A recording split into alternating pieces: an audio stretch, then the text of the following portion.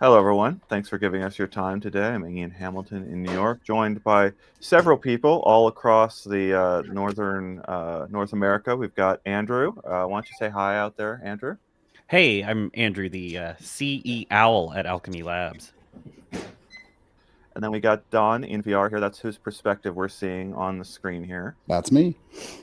And then we've got Beck producing the show for us out there from Canada. We've got all of our viewers out here. So I'm in the UploadVR studios. I'm using the Quest 3 headset with hand tracking, so you can see my hand movements and see me in studio. But we've got this crazy system linked together here where Andrew is able to look over Don's shoulder, just as I am here in the studio, just as you are in our audience. So if you have any questions about Owlchemy Labs, about any of the games that they have made over the years, pop them into the chat. I can bring them up with Andrew live while we were here. We had him here for about 5 minutes before we went live here, and he had us all giggling within a few minutes. Oh, gosh, I have a yes. feeling this is going to be a pretty silly stream. Andrew, when did you start with Owlchemy Labs, and tell me about when you first heard Job Simulator was a game idea? So yeah, I started with Owlchemy Labs actually at the end of Job Simulator, so right at the end of 2015, beginning of 2016. And I had actually heard Job Simulator is about to be like 10 years old announced, right? Wow. So 10 years ago at Game Developers Conference was the debut of Job Simulator. And I was friends with, at the time, Alex and Devin, and the studio was like 4 people and growing. And they were just, it was blowing up, and you kind of knew it at that show, right? We were at GDC 2015, and you could just tell that, like, it had the sauce, right? And so fast forward about 6 months or so, and Devin and Alex reach out to me, and they're like, "Hey, do you like Rick and Morty?" And I was like, "Yeah, I love that show. I dressed up as them for Halloween before anybody knew about them, kind of thing." Nice. And they're like, "Cool. Yeah, so we are gonna make a Rick and Morty game using this like job simulator technology we built. And if you move sight unseen to Austin, Texas, there's no interview. You could join Owlchemy, and you'll run the game." And I was like, there's a part of me that's like, "Are you sure you want to do that? Like, we're drinking buddies. Like, I mean, I trust me. I trust me, but like, it's a big thing for you all." That's amazing. So yeah. So anyway, blah blah blah. I moved down there. I take my girlfriend, now my wife, that we have kids, but she was just like, we've been dating for 2 years. I was like, "Hey, do you want to move to Austin, Texas from DC?" And she said yes, also. So that was good. And yeah, moved to Austin. I've been there ever since, and Awesome. joined Owlchemy. And so I actually helped with the end of Job Simulator. So a lot of like my work in this game is in the like garage. I did a lot of stuff with the garage. The office I actually did very little on, because by the time I had joined, the office was pretty done, even though it was like the 11th job we made. So I've got a random question that just popped up to me while I'm looking at this, and I don't know if there's anything you can say here, but like, what does it mean to be not a founder at a startup? What does it mean to be not part of that class of like, you took the reins from the founders essentially, right? I think that's like an excellent question. Nobody ever asked me that question, so that's kind of fun. So yeah, I mean, not a founder is very interesting, right? Because I kind of remember all the old history, right? You do kind of sit there and wonder, like, the first thing you have to get over is, what would the founders do? What would the founders do? And then you have to, like, this isn't the founders' company anymore, right? They made it, and they got it to a point, and they handed it off to you, not so that you could do what they wanted you to do, right? But so you could grow it in a direction that you wanted to grow it in, and that the company wanted to grow in. I was very early, so it's like I took a risk, but I never took the big risk that they took, right? So for 5 years before Owlchemy, was doing VR, they were making 2D games. And so, I never was the one that was like bootstrapping. I was working at big companies at that time. And, so I had to take a much lesser risk, right? never had to figure out that how do I keep the lights on level of funding when you only have a handful of people.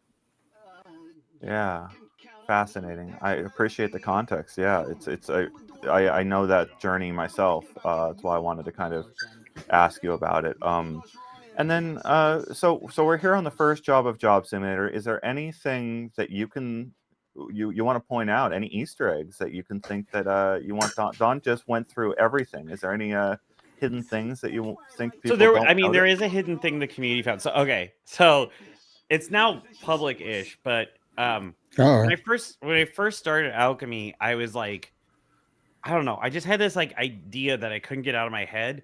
That was I wanted to put like an Easter egg in there, and so if you dial JobBot's phone number, they hand you in the card. He only hands it to you once at the beginning of the game. Okay.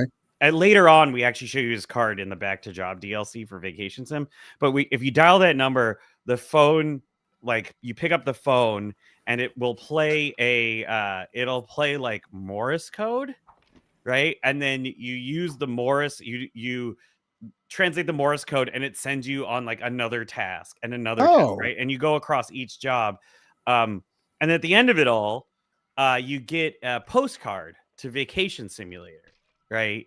And this was before we had announced Vacation Simulator, so that's fun. Interesting. The original Easter egg. So, in the Steam version was we had permission to use the companion cube, like we got Valve to give us permission. Okay. And so, like the companion cube would just be like in your office. It would just be there. But the problem is, anytime we wanted to stream or something, we like would have to delete like the way that the Easter egg works. I used to work in like network security and like security programming and engineering. So like I hid the Easter egg in a really kind of like insidious way. Yeah. And so it's like really hard to undo it once you have it. And so they'd have to go call me in and be like, Andrew, we enabled the Easter egg. I gotta get the companion cube out of my office. That's great. But we had to get rid of that because we were only authorized to use it on Steam on PC. So we were like, okay. Oh my gosh. What a beautiful little anecdote. What a beautiful thing for you as the devs to add.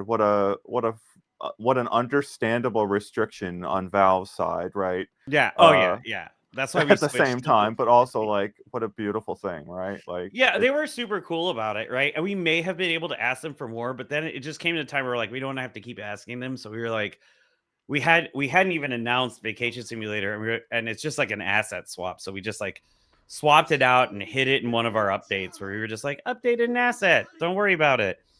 Yeah, and like Alex Schwartz and Carrie Witt, the art lead, they knew about it, but Devin Reimer didn't know about it. And so it was at the launch party that I like went through the secret bit by bit. Oh, fantastic. Nice. Beautiful. And on the clock, is there a clock behind you? I feel like there was something on the back of the clock. There is something on the back of the clock. Yeah. Can't believe you take the time to read this. Yeah, Nice. so a lot of those are like, so Carrie Witt, who I was mentioning, like we would just have her do a pass. Now we have like a lot more thought that we put into it.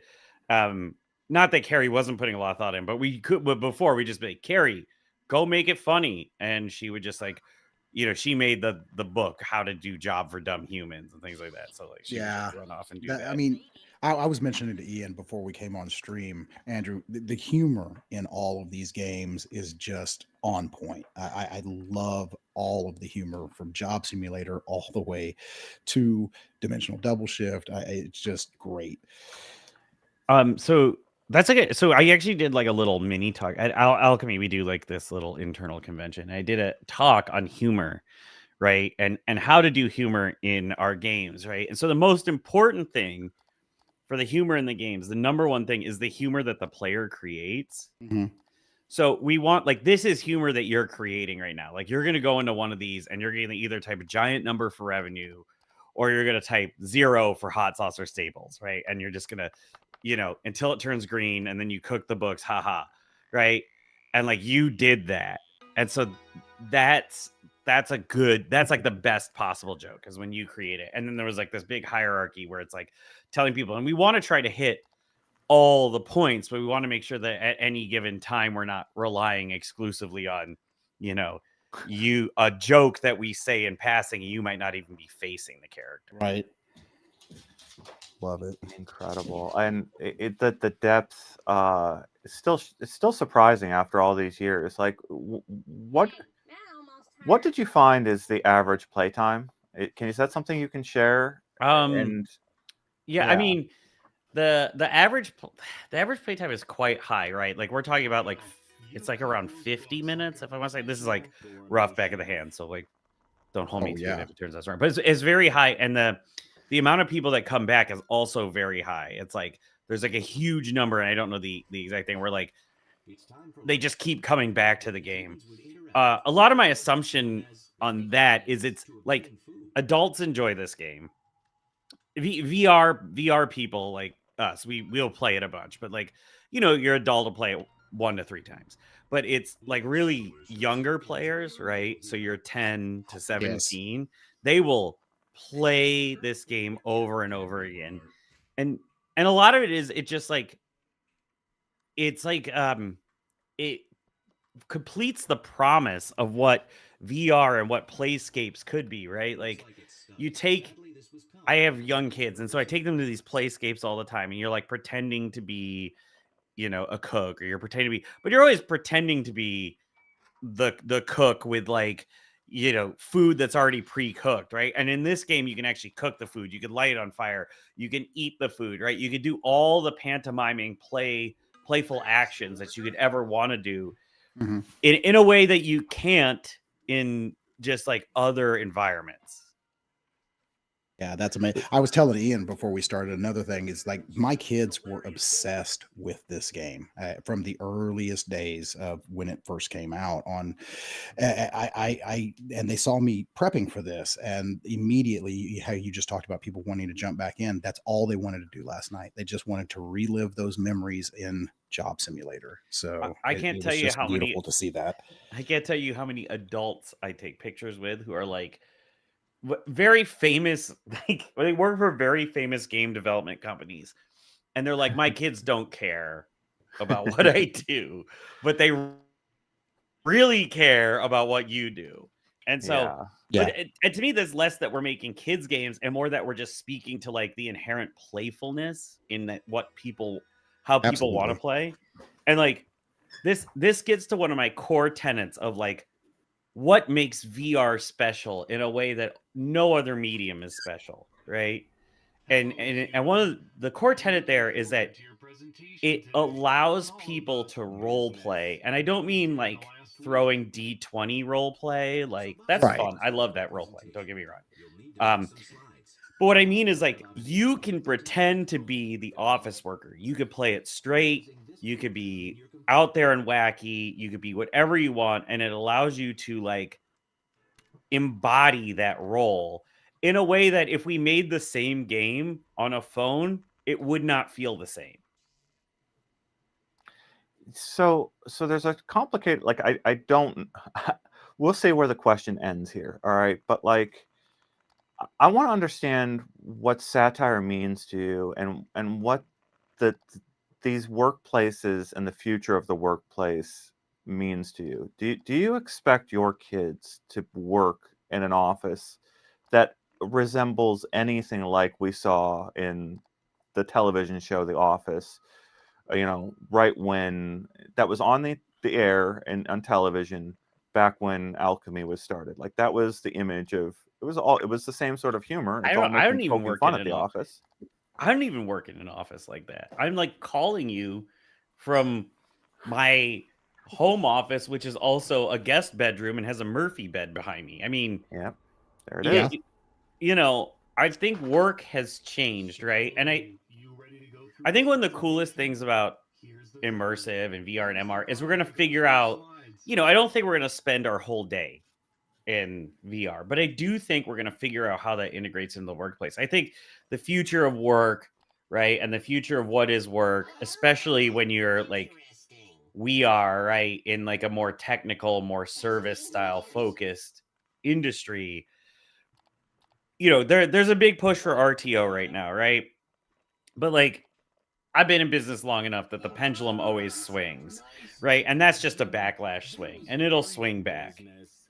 I think as far as satire goes, to like change. So like, yes, I think the office and the workplace and our relationship with work. I mean, Slack alone has changed our relationship with work. If you really want to get into it, right? Like, I got accused of never being offline, and it's like how work is like one thumb tap away.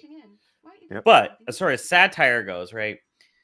When our best games, when Alchemy is like firing in all cylinders, and we are really nailing it, is when we have a foil, when we have something to tilt at, right? And in Job Simulator is very clear. Job Simulator is like the thought of job is like humorous and funny and like making fun of what it was like to be in an office from an outsider's perspective. And when you go to Vacation Sim, right, that's vacations. I think the metaphor was a little less strong. But then when we did Back to Job for Vacation Simulator, we were really aiming at the gig economy and what it was like to be a temporary worker. And so you could see the strength and the humor really coming back there. And then, you know, Cosmo had the high school thing. We can always argue whether or not we like nailed that. I think it's tough to nail a high school just because it is filled with kids. And so it's tough to be like, and then someone falls off a cliff and they break their arm. And you're like, the child falls off a cliff and the child's arm is broken. You're like, okay. Yeah, I hear you. But when we look at Dimensional Double Shift, I think why we really like struck a chord there. Dimensional Sean, why don't you go to the next job? Yeah, I was gonna say, Yeah. I'm gonna switch here. The foil in Dimensional Double Shift, right, is like the uncaring nature of corporations, right? If Job Simulator is like, yeah, I'm trying to get, my hand was glitching. Sorry. If Job Simulator is like the act of doing a job is like weird and awkward and like, what are you even really doing in this space? Dimensional Double Shift is like, wow, you have a team of people you really care about. And you have this like camaraderie, and then everything around you is like antagonistic to that existence. Okay. Interesting. I mean, you work for a company literally called Conglomny Corp for like the third generation boss of that company, and you jump dimensions because it was cheaper for them to just jump dimensions instead of making a second store, right? It's like taking a step back, right? Like Ian was talking about, we had this was created during The Office, right? Where like work was something humorous and funny, and Dimensional Double Shift was created later, where you have these like giant faceless entities that seem to control our everyday life, and like we're just like trying to scrape by. Yeah, I love that. So it's a beautiful, and it's wild to see the DNA of this. Like how much influence do you take from when you see I Am Cat and you see the other playgrounds, when you see the role play taking off? Is it like I told you all along, or is it like you see your game actually influencing these games? Explain that feeling to me. It's actually like a weird third thing where it's almost like, oh no, we forgot why this was good.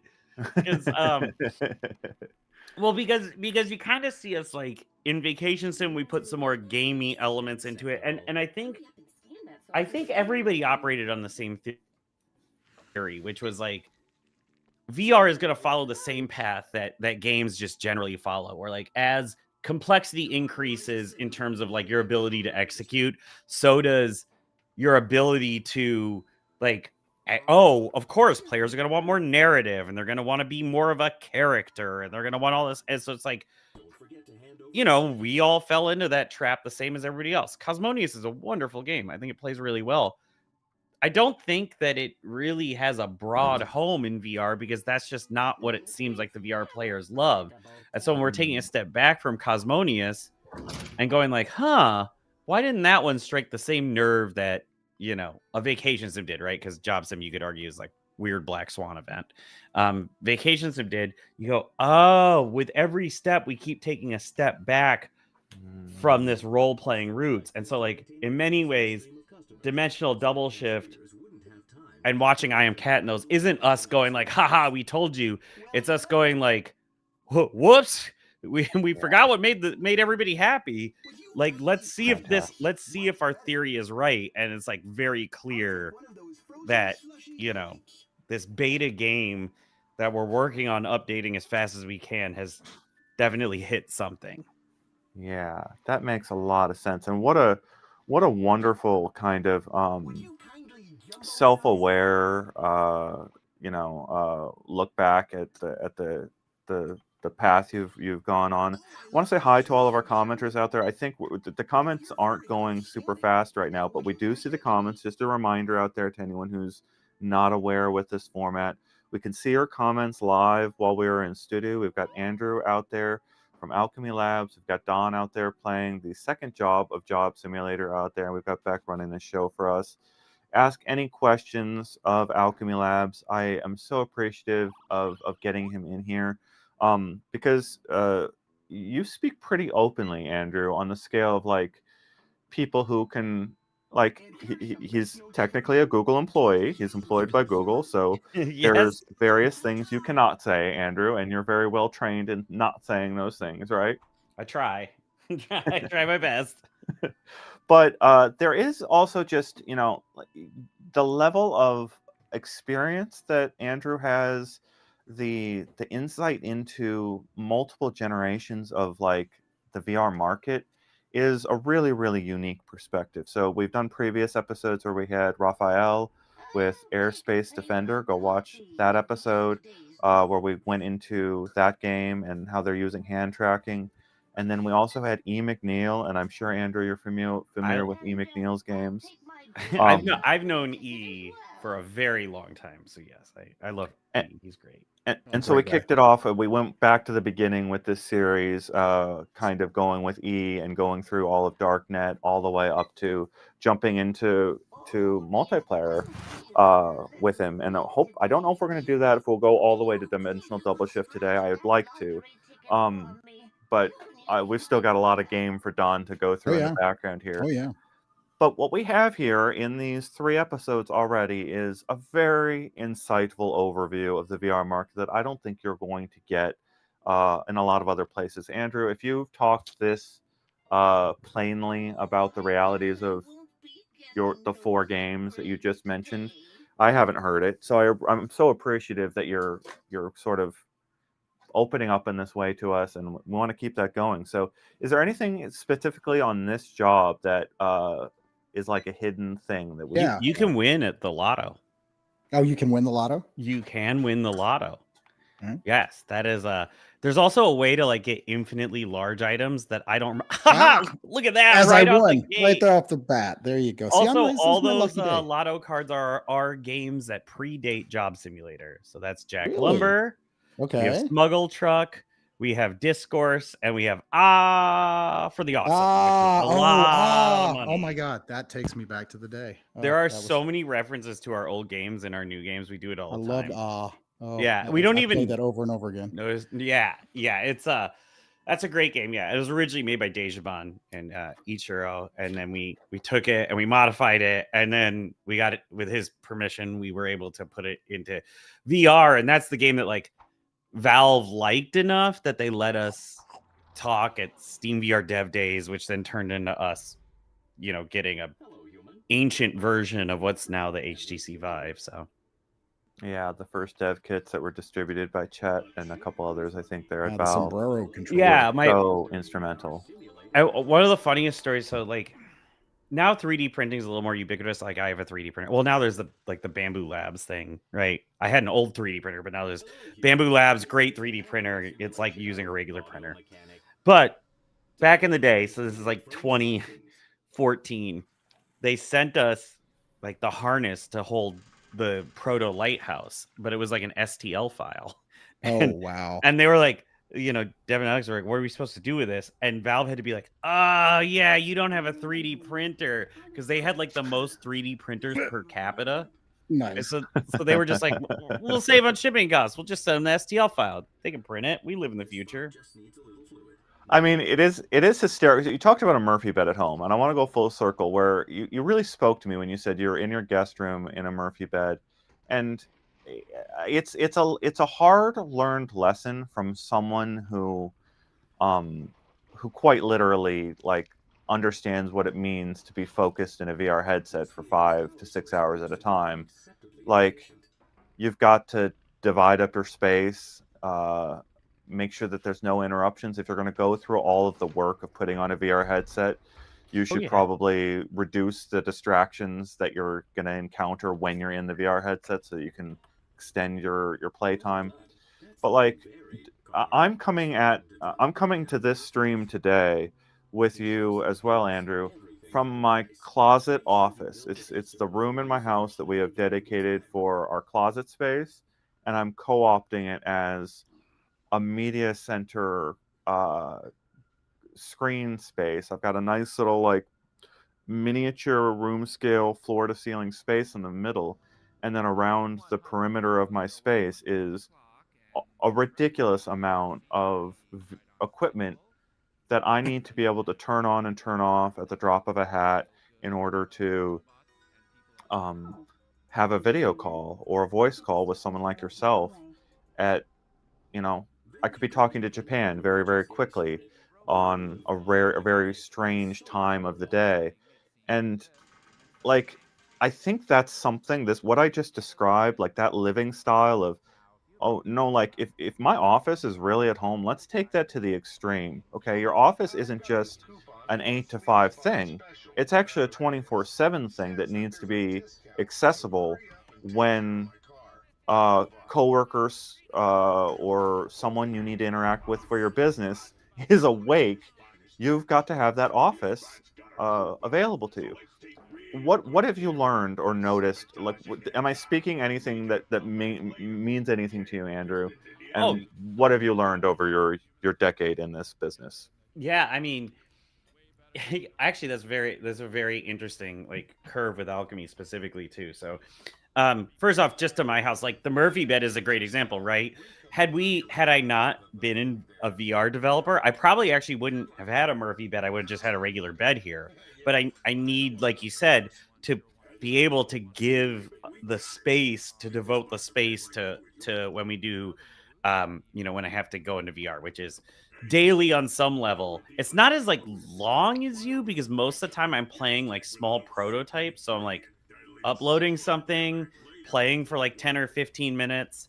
I will say, as an aside, one of the greatest things that like happened because of Apple is Apple's the pass through is so clear, it like forced everyone to figure it out. And so like now that everyone's pass through is clear, I actually don't have to take off my headset to type notes, because that's a lot of what I do is I like play something and then I type notes and I play something and type notes. But Owlchemy Labs office, right? So we occupied 3 spaces.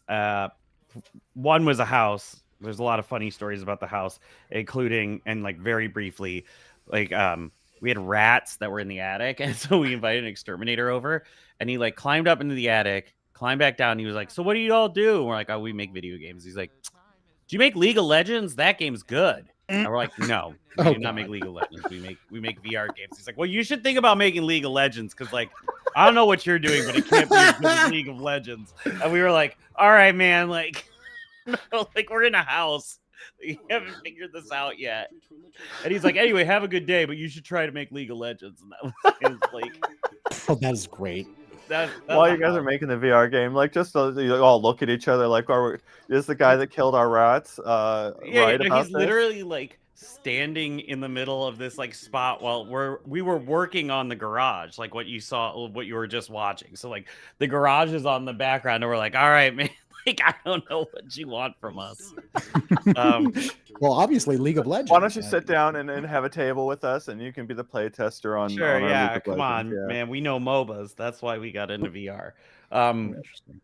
And then so we occupied another space, and there's lots of goofy things because Austin real estate's kind of chaotic, and it was like we kind of cockroached into a space another startup had like died in, and we just like took over their home. But then finally we ended up at our office that we built out, and it's really interesting because that office was originally built for lighthouses, right? And so it had all these like pony walls, all these like the office had a what I want to say a 30-foot vaulted ceiling, which is very cool. It still has. We still have that office, and then it has a it had 11 or 12-foot pony walls, so they didn't go all the way up into like little pods that were measured to be the exact space of Lighthouse 1 that Lighthouse 1 could handle, with like plugs and like the mounts there. And like as VR changed, right? This is not great. And we were like, okay, we got to figure something out. And then the pandemic hit, and they were like, we really got to figure something out. And so now Owlchemy is a fully remote studio. We have developers all over the US and Canada. So we have, someone even in far as Puerto Rico, Maine, Vancouver, LA, right? And we had this office that was built for this version of VR, right? And I think that tracking where we were, it made sense at the time because we were like, it's going to be a long time for inside out tracking, not knowing that like Meta was just pouring effort into getting inside out tracking to work. And so, I don't, maybe you all experience this, but like the younger viewers and the people out here who haven't been in VR as long, there was a time where like I would go to the VR jam and I would walk around with pieces of cardboard to go block out other people's lighthouses so we could make sure that like the 15 track spaces didn't interfere. No, there are multiple, there are horror stories out there of just, I feel for anyone that trucked down four PCs, 8 base stations, right, 4 headsets, and wired that all together, and then 4 hours before the show floor opens, someone sets up a booth 20 feet away with 1 additional base station, and your entire setup breaks. Everything you've just whatever money you've spent to get there, 4 days of setup, it's all kaput, and you've got to what am I going to do? Am I going to pack it up and go back to the hotel room now? No, so what you do is you'd walk around with cardboard, right?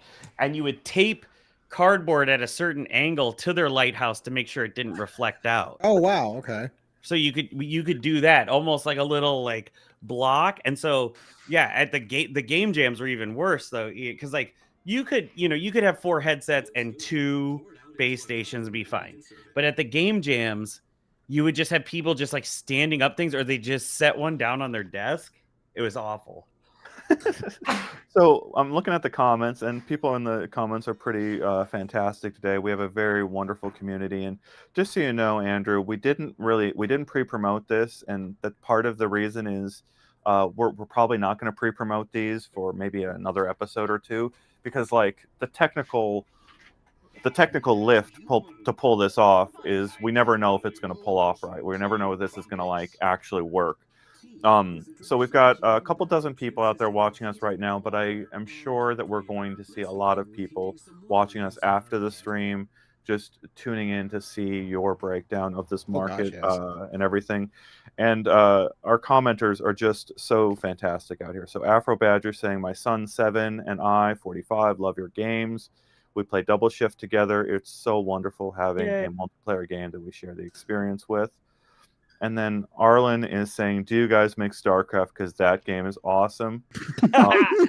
Arlen. Arlen. My favorite is okay, so Arlen is like a game developer at heart then, because the immediate joke was we spent another week just naming games we should have made.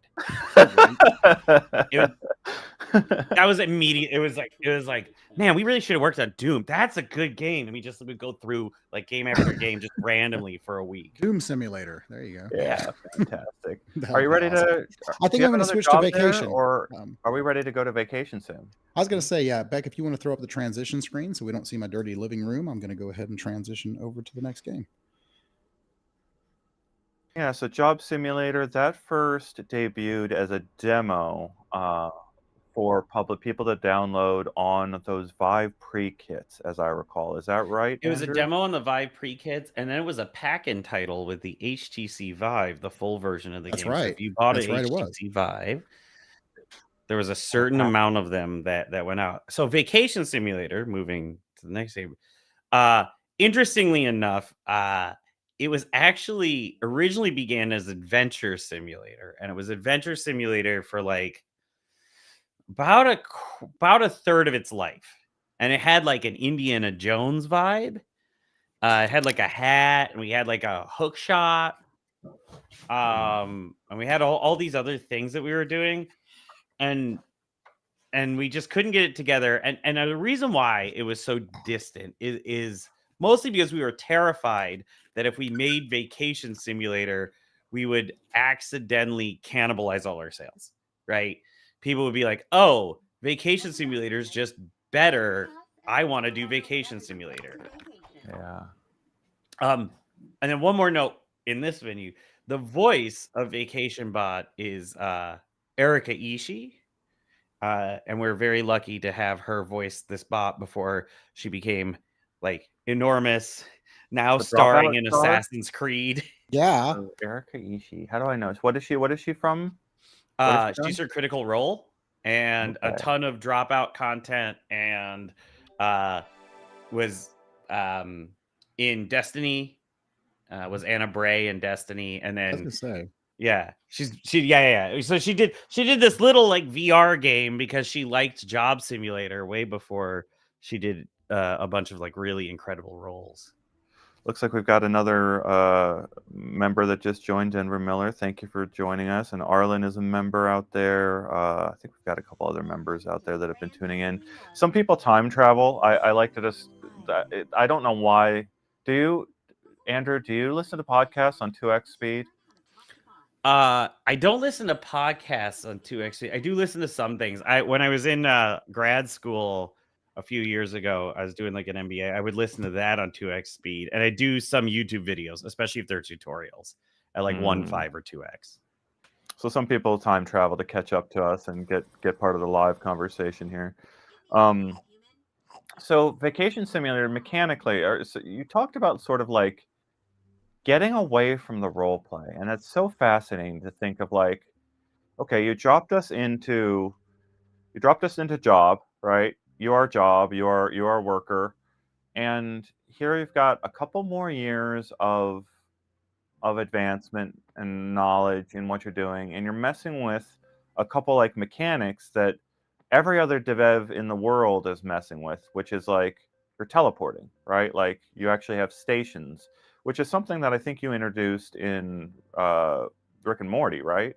Yeah, Rick and Morty had like 3 zones, right? So that was a zone based. We started with the zone based teleportation there. And at that time, we were very worried with the teleportation about whether or not players would understand it. So, like, if you're in Rick and Morty, there's actually like a device that does the teleportation for you. But now you don't have to do that. I was gonna say it feels really natural to just reach my palm out and Yes, find that the was one of the more teleport natural. port That and took just us a long grab. time Yeah. to do. I think you have to wave it, the bot. Oh, You're in a weird state, and I don't know how you got there, but yeah, I started playing last night. Can you open the door? there you go, turn and wave. There There. we Now they'll just Right. There we go. So yeah, when we originally made this, like people would actually you could play the game that I made on here. It's not Super Texture Quad, although that was Colin. There's like 1024 is the game that I made.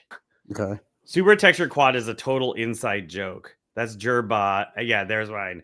Sorry, OX. Yes.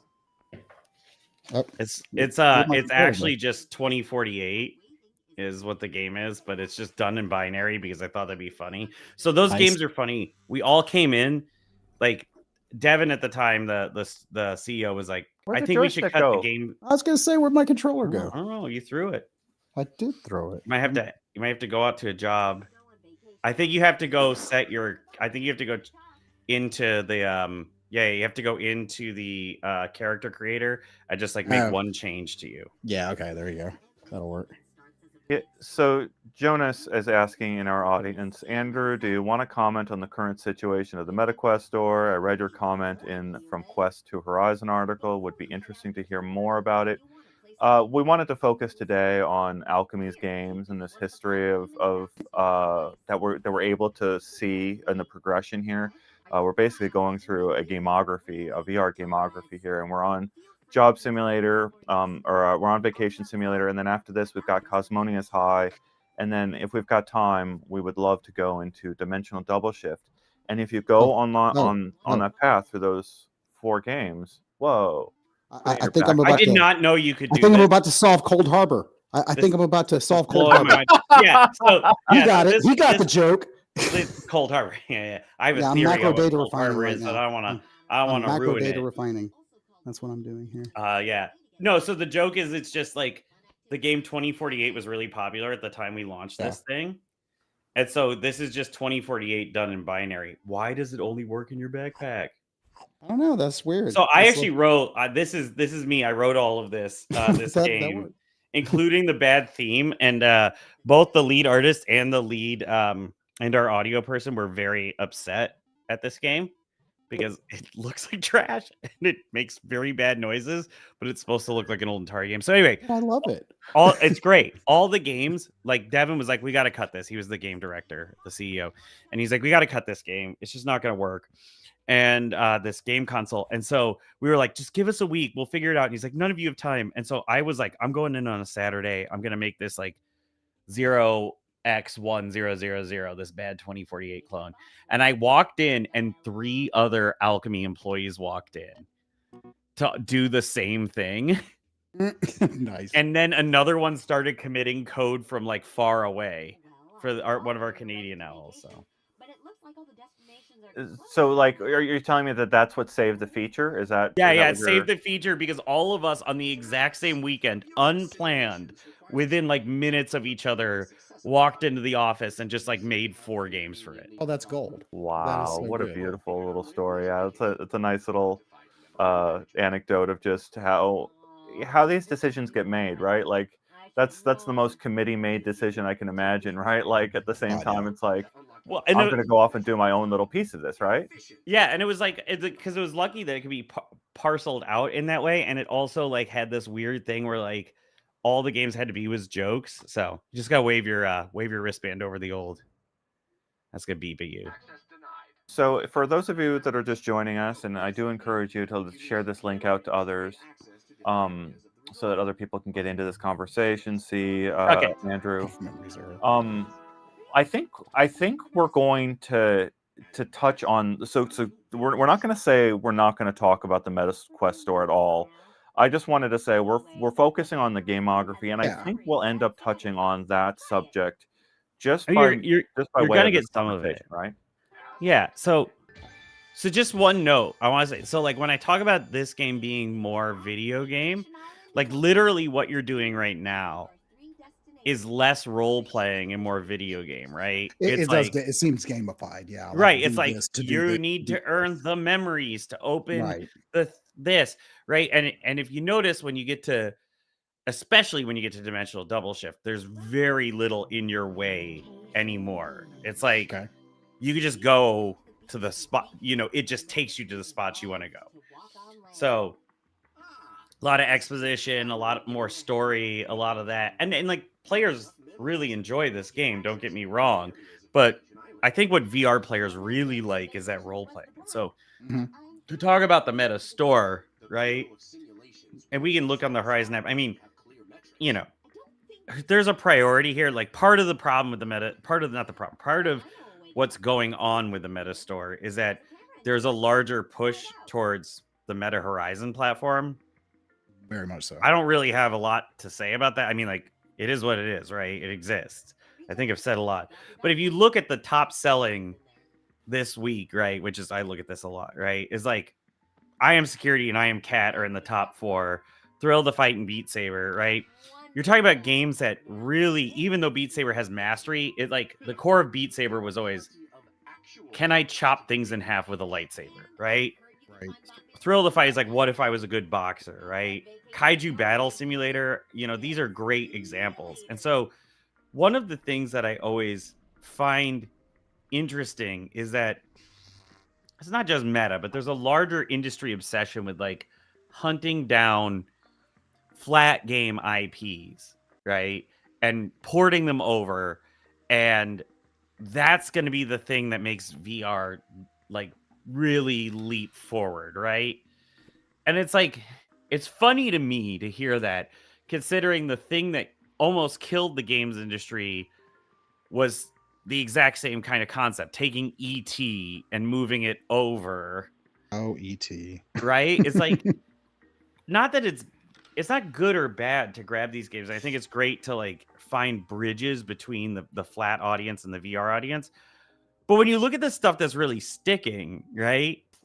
The only game in the top 20 list as I scroll through that has a direct flat analog is Among Us VR. If you played Among Us VR, like, it's that shell, they went all in on making that really work for VR, right?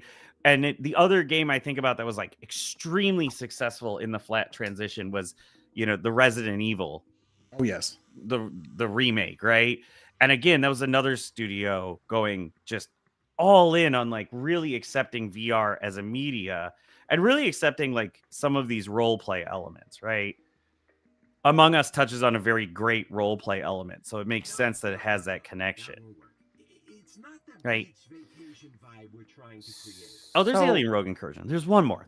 But by Oh, yeah. and large, these are things built for VR with, VR in mind from the ground up as the real things that stay and stick. And then when you get these kind of licensed games, right, whether they're licensed less so from film, but definitely from flat, what you see is they kind of pop up to the top as the people who are excited about them play them, and then they fall back down and they don't really have that staying power that the VR native stuff does. Interesting. So I want to talk about whether you think people are going to role play in limited field of view AR glasses. I do not. That's a good answer. Thank you for that answer, Andrew. Yeah. Well, Very, very, very to the point. Because think about it, right? Like the role play is as much about the setting as it is about the mechanics, right? I see that. And so VR is really the only medium that exists in. I'm not saying that AR games can't and won't exist, right? I think they will. I think Starship Home is a very interesting game that provides a very deep look at like the possibility space for these games. But I do not think that playing in your living room, which, by the way, if you didn't notice, we had to block out so none of you could see Don's living room because people don't like showing that off. Oh, yeah, Playing in your living room is always going to have limited capacity, right? In the same way that like mobile games are deep and rich and wonderful and amazing, but you're never going to get Uncharted mobile. It's just not going to happen. It's a different media. It's about the setting. Role play is as much about the setting as it is about the mechanics. It's a pretty powerful insight to take away. And like, I've listened to your dev talks. Owlchemy is often at various events, sort of trying to share best practices. The work that you've done. At some point, you're going to need to talk about your work in accessibility and why that's such a priority for Owlchemy. But there's this path here that I'm trying to understand how, like, you talked about going from job simulator to vacation simulator and getting a little bit further away from the role play. And you talked about that, like, what I saw, correct me if I'm wrong here, but those few minutes where Don was being taught the deeper mechanics of the game should have been better spent recreating the role play, and also like that introducing those gamifying mechanics. Like, how does that get in? How does that block what the person wants to do in the game? Like, how does that stop them from role playing? Because I experienced it myself. I think anyone that went into Vacation Simulator started feeling it about there, right? Where I should be throwing stuff around my play space right now, but instead I'm being instructed how to play a video game. And what I'm trying to understand is like, well, actually, do we need to unwind that when we make VR games and say, okay, actually your player is telling you what they want to do in your world, and you shouldn't instruct them almost at all. Like, can you explain that? Am I on anything Architecture. here? This is a good. I'll do a good parallel, right? There's like VR games are more architecture and less theme park. And what I mean by that is, like, in architecture, you are building a space with which you are trying to use the subtle hand to influence the humans that enter and interact with it, right? You want people to move down a hall, you want them to congregate, you want to foster conversation, or you want to, allow people to sit and rest. You want it to be quiet, you want it to be loud. All those are things that you can influence through architecture, through the lighting, through the layout, through the decor and the furniture you put around. Sorry, I saw you put on a lens and just spoke that. And it's less so than, like, I think Uncharted is a good example. The Half-Life games are good examples. We'll set Alex aside, where you're like, no, you are on the ride, right? You're here to experience the ride, and we've drawn some very strong guardrails. And so I think it's not that VR games can or cannot have mechanics and have goals and have those things. It's just that the traditional levers that we are used to using to surface them are a lot more onerous in VR than they are outside of VR, right? So being talked to by the bots is just a lot. It takes a lot more. Like, if you go to the mountain, they'll talk to you right now, right? And that feels a lot different than being shown a cutscene. Yeah. Right. And there you ask them something, they didn't block you, you just went. But here, they're going to block you, and you're kind of stuck, and you just want to grab stuff and interact. And you can see us learn that lesson in Dimensional Double Shift, right? There's never a time in Dimensional Double Shift where we've boxed you into a corner. Interesting. So I was going to mention Devin. This is a good opportunity to bring in Devin, the co-founder of Owlchemy and one of your predecessors. And he's gone on, what's the name of his new startup? Astrobeam, yeah.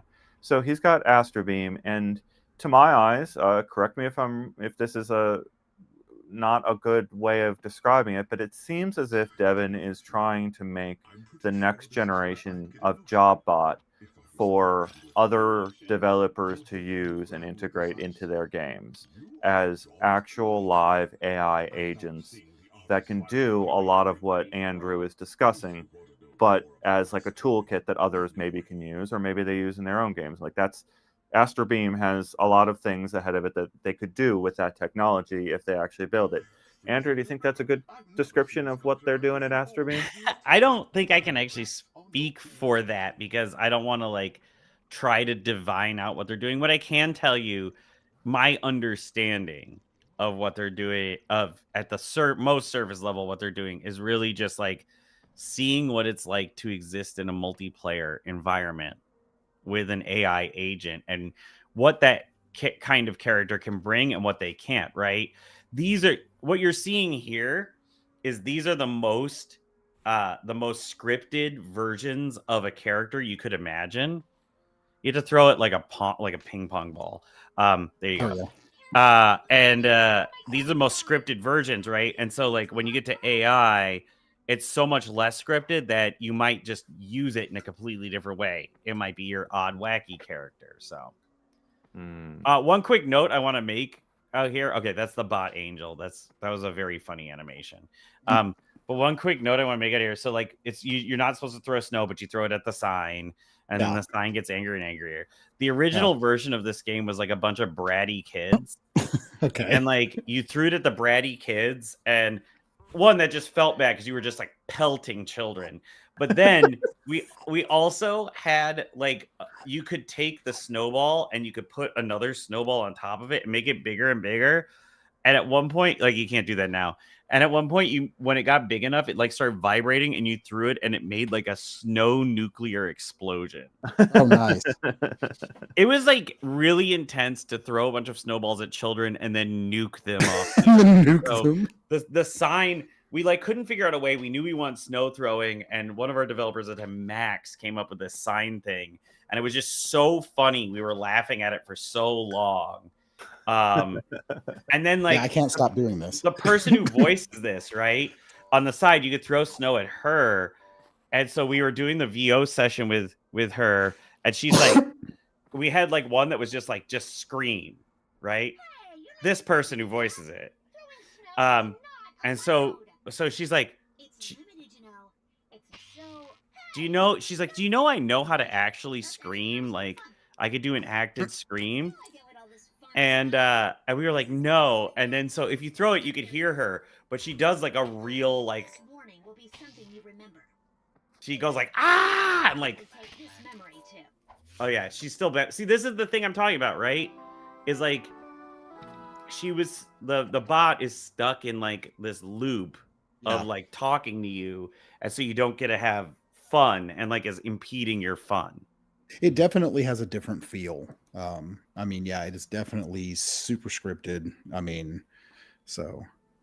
Oh, I love the owl. Have we done all of the lands? You've done all the. I've done all the lands in Vacation. Yeah, I'm probably going to go ahead and switch to. What do we want to do, Cosmonious, or do we want to jump into Double Ship? And then we'll start transitioning. Start addressing or talking about as I guess. Yeah, Beck, put up the transition. I was going to say, Beck, if you want to throw transition up, I'll go ahead and switch games.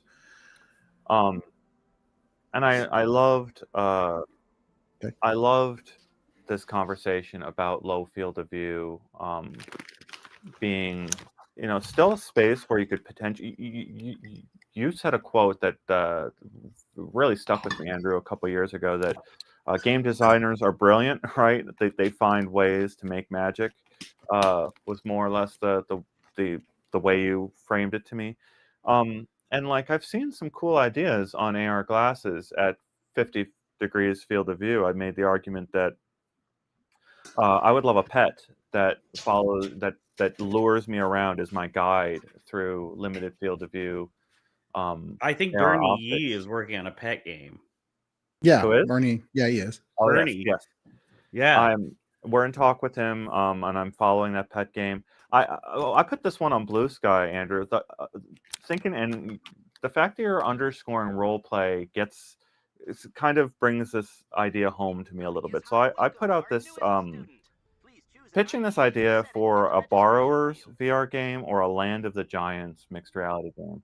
And you get a bunch of audio cues and a bunch of things that tell you've got to go find the hidden people inside your walls. You got to feed them or do something to help the little people inside your house, right? And the game then encourages you to go room to room through the house to scan the house and provide a map by which the game can then, at some random spot through your home, let these little people suddenly appear and you interact with them in some little way, right?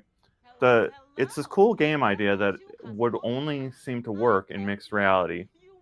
And what I'm describing is gamifying something that the headsets need to do in order to make whole room games work, right? Like you talked about, you said you presented the award for Starship Home, Andrew, and we did our own review of Starship Home. We looked at Starship Home. Yes. It was really good, but it was limited by the spatial anchor technology and the current state of spatial anchors. And we've got to get to whole home Borrowers Land of the Giants game that I'm just describing. You have to have an incredibly solid map of a person's entire home, and you have to like tie it into a game mechanic that gets people scanning their home. So like Niantic is known for doing this. Like you can see Niantic finding genius ways to build game mechanics that people want to keep playing with again, and they improve their platform through those game mechanics. Let's see.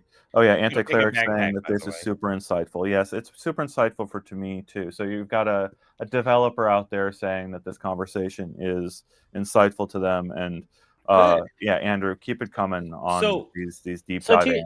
So to your point about gamifying, gamifying systemic interaction. I mean, we think about that a lot, obviously, and Inside Job, which I can't talk too much about, definitely has an aspect of that, since we're trying to help you learn, a new operating system. But I think that like the kind of games that understand your space, and I think this is what Starship Home really started to touch on, is like it's not enough to just delete the background and be like, this is AR, lower field of view, worse processor, and you're just seeing your room.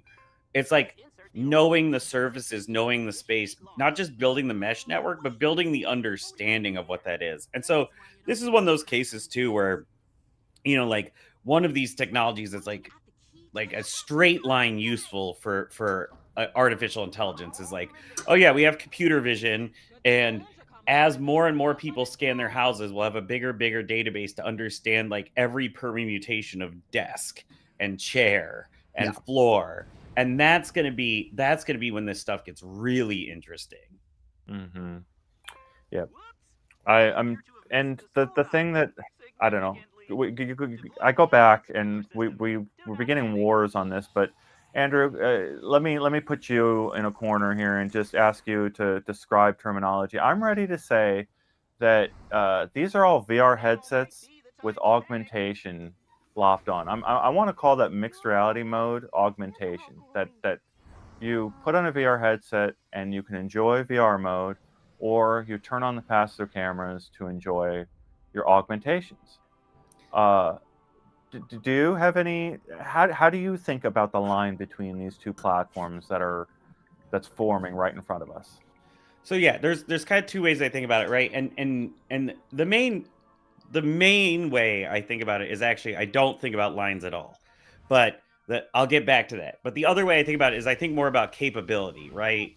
Is like the hint when they were talking about the Orion headset, and trust me, as a person whose parent company is Google, I know probably less than everybody else about how that headset works.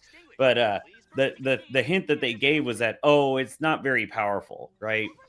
And so I think just about the devices in terms of like power and in terms of transparency, right? Or am I going to be fighting lumens in terms of like, when something's transparent, your background is much stronger, and we're always going to be fighting for that kind of pass through drawing? Or am I going to be like able to paint the environment very cleanly because it's those cameras? But then as far as like AR, MR, VR, whatever, for most things, I actually don't like to think of them as separate buckets. I don't think we need to. I think you can. It's a choice, but I think about it a lot like computer programs, right? We have a windowed mode, and a lot of that is how I think about MR or pass through or augmentation or whatever you want to call it. And then we have a full screen mode. And for me, these headsets that are doing displays as a primary view are closer to like our desktops or consoles, and the augmented displays are closer to mobile, right? You're kind of always in that like limited window view. And so that's the kind of capabilities I'm thinking about. And what I want to see more and more is developers pushing into the ability to like see it as a spectrum and not feel held to, we are making an MR, we are making a VR. Make that decision based on what you want the player to do, not what you think the game should be, because some people with very expensive job titles at a tech company, used a 3-column format on a web page. Okay. So I think we're getting close here in a minute to transitioning to Dimensional Double Shift. So that is the most recent game from Owlchemy Labs. And a couple things change when we switch to that game. So that's a free-to-play title. And it's also a handcrafted title. And so I'm going to go back and read a comment from Afro Badger here, who asked a little while ago, and this is how we do the show for anyone who isn't aware. Drop a comment. Maybe we don't address it immediately. We'll get to it later. The way we handle these streams, the thoughts tend to simmer, and we'll get to them later. So Afro Badger asking, what was the biggest dev breakthrough that made you go full hand tracking and ditch controllers? Owlchemy Labs. We do these R&D experiments, and we do them on full games, and we do them on full games on purpose, because you can always, it's like medical experimentation and mice, right? You can always figure out how to get that done. But if you don't do it in the final product, right? If we don't build it in the full game, we'll never know how it reacts. So we thought hand tracking was pretty good, and we went and tried to put it in a vacation simulator. And our theoretical way that we do these things is we build it, we run it, and we get it as far as we want to get it for a little experimental time box period. And then we write down a list of everything that would have to happen for us to like finalize this. And if, as we're writing it down, if suddenly we're like, you know what? Actually, all of these things are things we can do. We're not waiting for the platform to do it. Then we many times decide to do it. In this game that you're playing, there's an entire mode for low vision, right? Where you can like point around, and it has like almost every object in the game has like 2 levels of alt text built into it and everything. So if you like, if your sight is limited, we have this entire mode to do that, right? The vision assistance. Yeah, you could hear it. Double tap the assist button, right? And so you have this like visual assistance. We have all these visual assistance modes, but that was again one of those where we got as far as we could, and then we go, okay, what would it take? And we go, oh, actually, I think we could do this. And so that happened with hand tracking, and then we were given some time, to kind of continue to experiment with hand tracking. We had some time after Cosmonious. I'm trying to. Oh, there we go. Visual assistance on. Okay. Yeah. Yep. Okay. Oh, I see. Now it'll describe objects. Okay. Yes. Very cool. So there's 2 levels of description, right? So you can like hold out your hand and it'll figure things. You do this like ping thing where it like pings. But regardless, yeah. So we went and figured it out, and then once we knew the hand tracking was all right, and then hand tracking 2.0 came out, and it was really great. We thought, well, what if we built something from the ground up with hand tracking? And like one of the breakthrough moments for Devin and I and some other folks is like, I demo these games. I have a lot of people in my life who are not gamers, right? As we all do. And I demo our games. And, in this game, Cosmonious, it's like, press the A button to do this and tap this. And it's there's a lot of game stuff. And then when we switch over to Vacation Sim, hand tracking, it just clicks. Everybody gets it. It immediately works. And so it's that moment that really lets us like understand that like, oh, if this thing is going to become mass market, we got to put down the controllers. So what happens if we build a whole game for hand tracking? And then we started that, and then like one of the coolest things was we had this developer who's now making his own game, Z. He's making the Penguin game. He goes like, he got really frustrated one day, and he's like, you don't understand. None of you are doing great interactions for what we could do with hand tracking. And we're like, what are you talking about? And he's like, you know what? I'll go do it myself. And he ran off, and he made this demo of him like squishing a sponge and squirting a squirt bottle and like doing a few other things. And we were like, oh, yeah, that's the magic. And so, yeah, that's kind of how it all fell together. Yeah, I love that. And so I think now is probably a good time for Don for us to throw up the transitional guide as Don dives into a dimensional double shift room. We should have told Beck, I'm going to need you to probably message. Well, let's see. Or when you put up the thing, I could just watch his screen and see what room he types. This is true, because you guys can see that. He's watching over his shoulder. Now, one mechanical thing, and I'm sure this is what all your listeners want to hear, is do you want me to mute my audio on the back end? And we muted ourselves the microphones. Oh, you muted. Okay, you muted those microphones. Okay, so I will do that, and then I will use.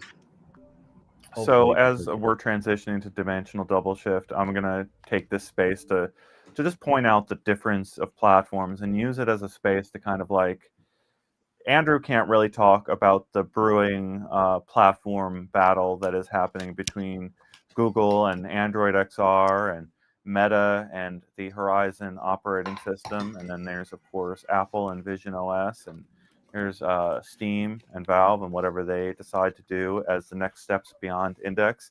Andrew's not going to be able to talk about any of that. We're not going to put him on the spot about any of that. But some very interesting things are happening all at once in this market. And having Andrew here in the studio and then getting to go play this game with him is something we can uniquely do with our technology, with our platform, with our journalism that you're not going to find pretty much anywhere else.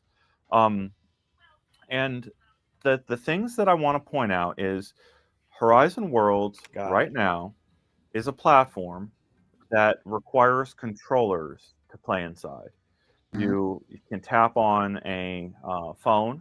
You can pull up Horizon Worlds on your phone and have a little emulated gamepad there up on your screen where you send your little guy around in third person to go around this virtual world as a third person participant on a phone, or you can put on a VR headset and hold those two controllers that Meta ships with all of their devices and play those games. But hands are what most of us have, and most, you have them with you in plenty of places where you don't have controllers.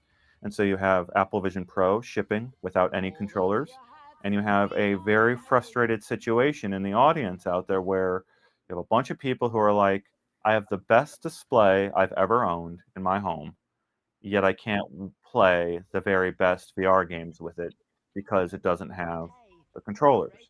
So we can't recommend it for the PC or VR gamers out there, as at the same time that there's a bunch of cool, interesting hand tracking things bubbling up. I've played the game Gears and Goo. You can go watch our video on that. Very interesting use of eye-targeted eye tracking eye tracked pinches in that experience over on Vision Pro. And then late last year, I got to try the Android XR headset that's on the way from Samsung. I did not get to try Owlchemy's experience. I was desperate. I really wanted to try it, and I can't wait to try. We wanted you to. I know. I want to try it so bad too. We will work that out and make sure it happens because it's going to be an eye opener. The most impressive thing that I saw so far out of Android XR was obviously Google Maps.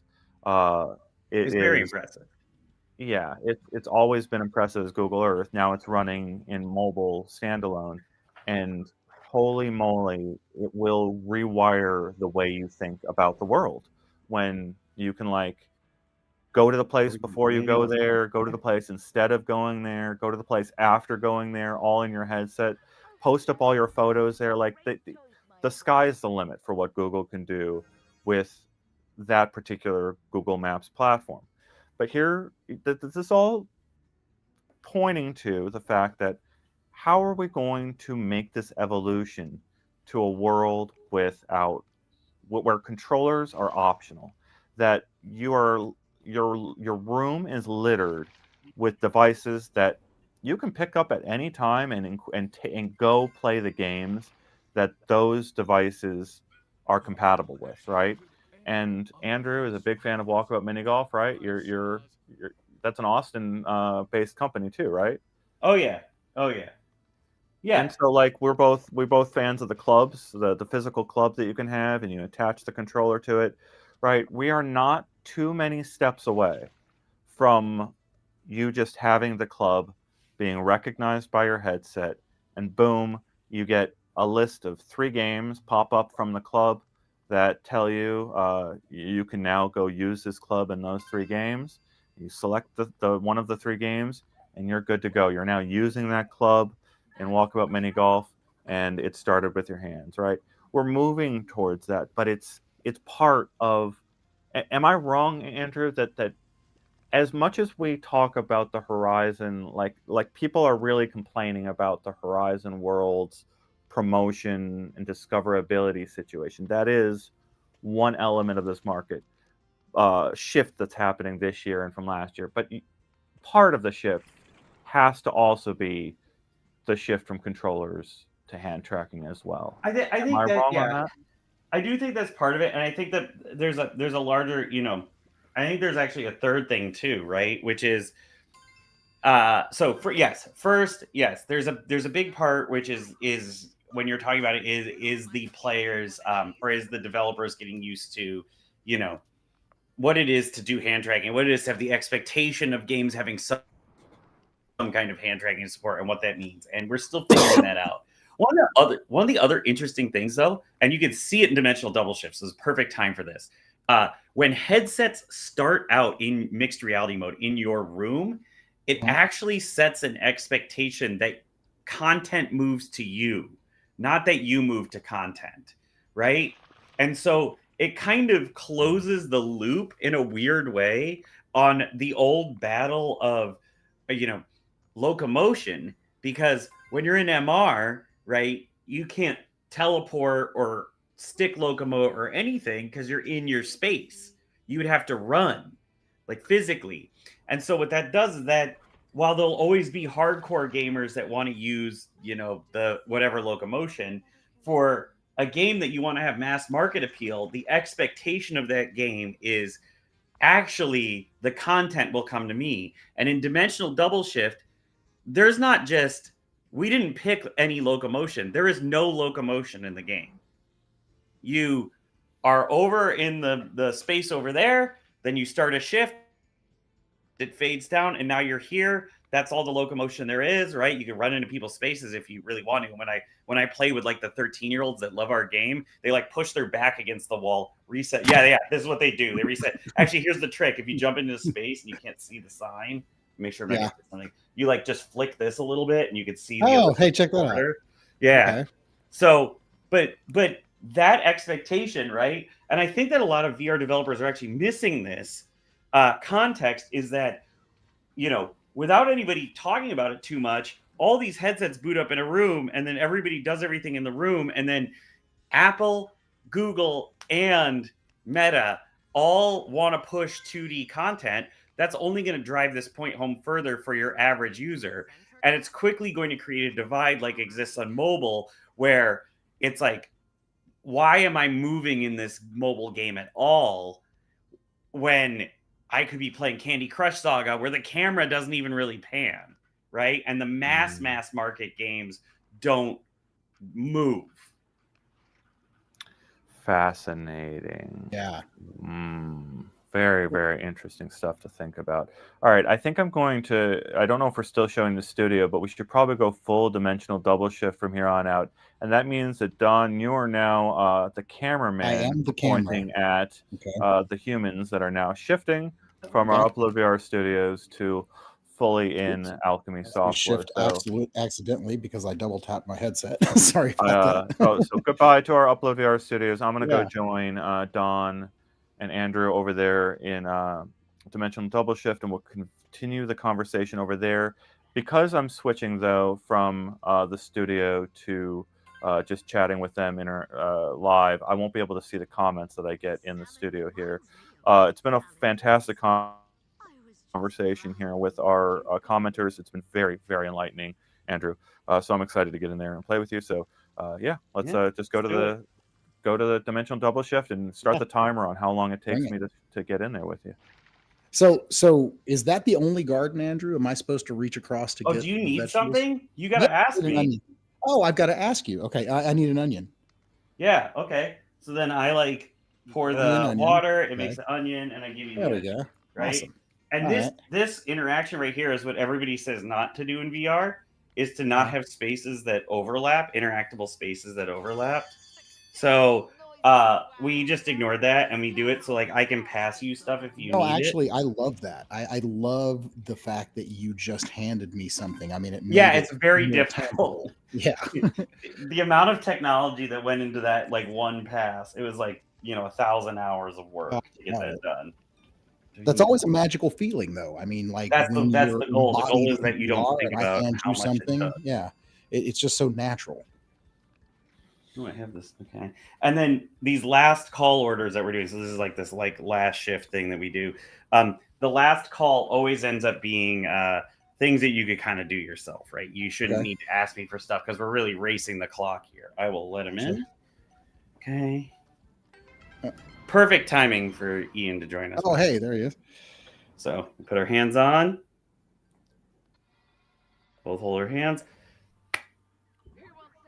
Here's an example of a cut scene. I was talking about the cut scenes and not taking anything away, right? So here we're doing a cut scene, but we're still interacting, right? We've never removed that agency And then a thing we learned from Vacation Sim is you should totally be allowed to chuck anything you have and have it make a cool animation back. And these are edible, by the way.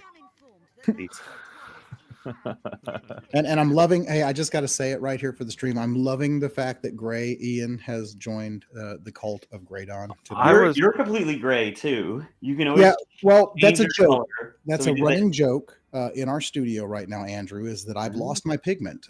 Meta servers have eaten my pigment, and I load into our studio as the gray lifeless avatar. we can't resuscitate his pigment, and we can't. We can't a really weird bug. Only that affects his avatar. Yeah, so I'm now Graydon. I think you have to mute yourself in the headset. So actually, wait, since we're doing conversation, couldn't we go over here to the fire pit? We can go to the fire pit. Yeah, we can just kind of chill and have a little convo at the fire pit here. All right. Yeah, the car's a little harder to discuss. The hands-in thing was interesting. So some funny UX rules, since there's some devs on there, right? So we have this, like, if you look at, you'll have to look at your own hand. So if you look at your hand, this menu pops up and we have the bubble interface. And we only use the bubbles for interface interactions. But if you want to interact with the world or anything that other people can interact, it's no bubbles. It's all diegetic. It's all you pick it up, right? Because we made this interface and people got obsessed with it. And then suddenly our game became just like point and click. It was just like, look, everything's got bubbles. So the bubbles are this great way that it allows you to interact with, like, the bubbles meet your hand halfway. So you don't have to put it in a certain space. But anytime you want to do an actual interaction in the game. Oh, you knocked off my stick. Sorry. Anytime you want to do an actual interaction in the game world, it's all diegetic. It's all you have to do it. Oh, look at that. Oh, that is great. Beautiful. You can launch cans. The thing you do in this space is you have your own stick. Is you just shoot, and like all the windows are shatterable. And like when we first made the windows over there, the shatter noise played 10 times in a row, and I thought that was just normal. So I was like, you have to include that in the game. So the shatter noise is like over the top. But yeah, fingernails are an interesting thing. So we added fingernails. We didn't think they work, right? And it took us a while to get them. We thought it was going to be weird. And then we put them in, and they're like this beloved feature where people are like, yeah, I got fingernails, and I like tested out the nail polish too. I was going to say fingerprints as well. Yeah. Yeah, the fingerprints are there, and the fingernails are there. But the first time I did the nails, I remember being like, why are we putting nails on these hands? We got to get rid of the nails. It's driving us nuts. And then I was wrong, which happens to be the case many times, so not to worry about that. One of my, maybe something you could go into depth on is, so you have a lot of strategies for like working around the limits of the hand tracking technology. So the hands disappear occasionally, like very rarely. Don loves this. He loves the physicality of objects. Yes, I do. And it's fascinating that there's a give to. Oh wow, I got myself. There's a give on your fingers. So if you're holding something and you could like pull, like you could do this. Look at my, like, see my fingers give a little bit. Right. There's a lot of floating in it that we do. We do a lot of this like stretching and floating and, assuming that, kind of like snapping things in your hand and assuming you're close enough. We tried to avoid a lot of that with our like infamous system or our famous system, the tomato presence where you disappeared the hand. But when you have hand tracking, you really know where your hand is. So we really had to work on that. So we came up with all these different grabs that you author too. So like this is a cylinder grab. It's a specific type of grab, right? And you have to tell it that we could do that. Does this one have a second? No, this one doesn't have a second. We have like I love how the objects are actually affecting, like you said, the bounce of my finger there. Yeah, and then this is like an edge grab, right? So we came up with like all these default grabs, and then we author it on every object, and we do all of that. And again, a lot of that is to account for it, right? But it's rose tinted glasses to say that you didn't have to do that in controllers. In controllers, we had to do that. In the PlayStation VR, we were like tap dancing for our lives to make sure that thing acted like it acted on every other platform. The accuracy, wasn't there at the time. And I think they'll be the first, it was a different technology that wasn't meant to do VR that was doing VR. So, yeah. So you see us Like we just do everything because at the end of the day, right? Or the big thing is believability over realism. And so it's like if you feel like you should have picked up the soda, right? Even though my hand was completely misaligned there, right? I'm coming at it from a weird angle. We'll snap it into your hand in the way that we think you're picking it up, right? We'll figure it out and then you'll do the rest. And then like we have that give because if we were so precise on where your fingers actually were as you're moving away from them, it just gets frustrating and it's not what you want. The player doesn't want that. The player wants the thing to act like how they think it should act. I just noticed the squishy ball actually squished when I Yeah. The squishy ball's a great one. We have some like spray bottle type things. We have triggers like we call those secondary interactions. Those are always great. They I love really this. good. I could do this for like hours. Can I click the ball with the stick? that's okay. Ball. You can actually do two things with the stick, by the way. See? One of the pro strats for doing the kitchen is if you're on the grill station to immediately light your hands on fire. And then as your hands are lit on fire, right, it cooks the food as you're holding it. Oh, that's awesome. Fantastic. Yeah. One of those super VR superpowers, right? Yeah. I mean, the thing is, right, like, it's like a lot of good VR is built closer to an sim than like a platformer, right? Is this an achievement? Because it says I just unlocked title fire. Yeah, you get titles on your name tag. So we don't have official achievements because the game is technically in early access. Oh, okay. Like if you go into your avatar, there's all these titles on your name tag, right? And you can do a fun prefix. So like I'm omniversal employee. That's like the basic. I'm in love with this interface, by the way. I love that. The privacy screens are so cool. Yeah, it looks well, great. And that's interestingly enough, that's because in the way that we code things, right, our screens used to be public by default, which is really cool. We don't have a use for it in this, but we'll find a use for it someday. But it's really cool, like if I'm editing a screen or whatever, and I just go, here you go, Ian, and you just grab my screen and go. But we did the privacy one because, we really want you to understand, like, as I'm doing this, that, like, it's not just, like, the AFK dots. It's like, oh, wow, Andrew has, like, a window that's blocking his vision right here. Yeah. And we have all the you can't see what I'm doing right in front of you. Yeah. Yeah. Oh, this one doesn't adjust in size. Okay. Some of them adjust in size. Some of them do all sorts of different things. Yeah. Oh. Do I have I do have the hidden debug menu. Okay. Don't open that. I was gonna say you got the special stuff. Don't open the developer tools. But yeah, it's and then like you could just see like the other thing that Owlchemy does really well is like really strong art direction, right? So Alice, our main character there, you can see the little triangle motif pop up throughout, right? The gas and grill has like a full brand and like the way it does it. So we have the different joking. So this is Gil, our salmon, right? That's Gil. And then, the soda. So this is where we get more than we had in Job Simulator, where it was like, oh, Carrie was doing everything before. And now we have enough people and so many more props where we're like, okay, here's like what things look like in the gas grill. And then on our Slack, somebody will be like, hey, post funny names for what it could be on a poster, right? And then you all type funny names on a poster. But yeah, this game evolved into the floating islands. It used to actually be one singular space. Preview of my GDC talk. It used to be one singular space that you would teleport around, and you could be you could be at the diner and at the garage, and it was just not as fun. It was like everybody works on a task, and also just the thing I've learned about locomotion is your game either needs to be about locomotion as a core mechanic, or you probably just need to forego it. Because interesting. That describes Boneworks. I was going to ask about Boneworks. And Boneworks is perfect though because of this, right? Like Boneworks, Blade and Sorcery, right? Those games, locomotion is a core mechanic. Spider-Man, right?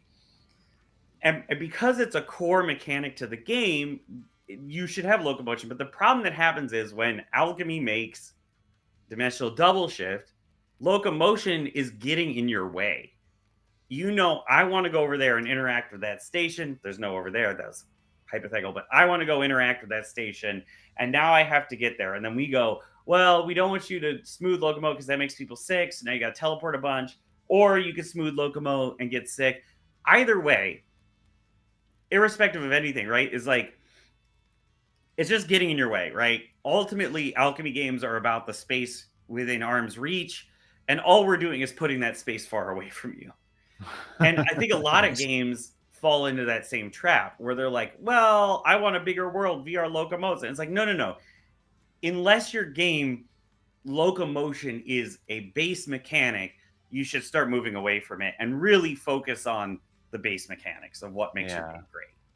So, unless Don has a surprise last question, I think I've got one kind of question I want to leave us off on here today. And I know you can't talk about Google and Meta and all that stuff, but I want to see if you can say anything strong about your belief in the future of this medium. I can. I got it. Perfect. So, I think the power in XR, immersive, spatial, whatever you want to call this, what is going to drive people to engage with and continue to exist in this medium is the experiences that are unique to this medium, right?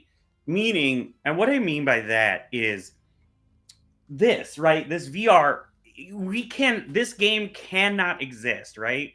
And to point out, like, Horizon, it's like a lost state that they had to put in the mobile stuff. That's not helping, right? That's setting them back. VR explicitly as a medium and XR as a medium is interesting because of the things. Because when you think about it, right, our core players, or not our core players, the average person doesn't really like technology that much. We like technology, but they don't like technology that much. So you need to convince them to do something, and it needs to add enough value to their life that they're willing to put on a fairly warm, fairly, like much more comfortable, but still not perfectly comfortable headset, and spend time in here. And what you're really going to see happen is when you could combine the experiences that keep you engaged in the immersive, that's when the magic's going to happen. Because the converse of immersive is every time I have to look at my phone or my watch, we've also failed, right? So how can I have these fully immersive spaces and continue to engage with my two-dimensional workflows without missing a beat in these spaces? That's the entryway to mass market. That's where this whole thing goes. As people go, wow, I'm experiencing one of the really cool immersive like films that are out there, or I'm doing puzzling places, right? And I get a message in puzzling places, because we won't even use alchemy games, we'll do puzzling places, or I'm playing Walkabout, right? Puzzling places or Walkabout, I get a message, right? Those games are kind of in the zone games, and you go, oh, I have to answer this Slack message right now. I have to take off my headset and look at my phone or my but if I could just pop up Slack, answer it, close it, the game doesn't even exit, and I'm off and running. That's incredible. And then you know what's going to happen? I'm going to exit Walkabout later on and go, well, I'm already in my headset, and I already know how to use Slack in my headset. Why not just keep using it? That's how the iPad worked. That's awesome. How the watch stuff worked. That's how the phone worked, right? That's the playbook. That's where the future is. And I think we're close to it. And the real question looking forward is, can we create a space for the 2D content to exist within the immersive without becoming so obsessed with the 2D content that we forget what made this platform so special? That's the question we have in front of us. What a beautiful comment. Thank you, Andrew, for the time today. That's Andrew with Owlchemy Labs, joining us through Job Simulator, Vacation Simulator, Cosmonius High, and then we finished it together, gathered around the campfire in VR with hand tracking on MetaQuest headsets in 3 completely different parts of the United States, with this broadcast run for you from Canada. Thank you for tuning in. Please consider becoming a member to support our work directly. Thank you for giving us your time today, Andrew. I hope the developers out there and just general consumers learn something from this conversation. And Andrew, if you've got any dev friends out there that you want to recommend come on here in the future, we'd love to have them. Well, you gotta get Lucas, but you already know that. So we've already we'll get him. But thank you so much for having me. It's been a great, it's like a career retrospective. It's very fun to walk through. And I just got to say thank you, Andrew, for 10 plus years of amazing VR content. It's daunting to think of a decade of it. It Try is. not It to on a daily is. basis. Yep. All right. Well, Beck, I think that's it for us and our stream today. Thank you. We'll see you in the future, and tune in for VR download on Thursdays, and back with Don Hopper and I on Tuesdays, and we'll have more of these dev streams. So Game stream on we've got a Fridays. cool one coming up next. This was a very big one to get with Andrew, and we've got an even bigger one queued up Yeah. next. We're not going to tease that one yet, but No, yeah. not yet, but it's big. Okay. Yeah. Thank you, everyone.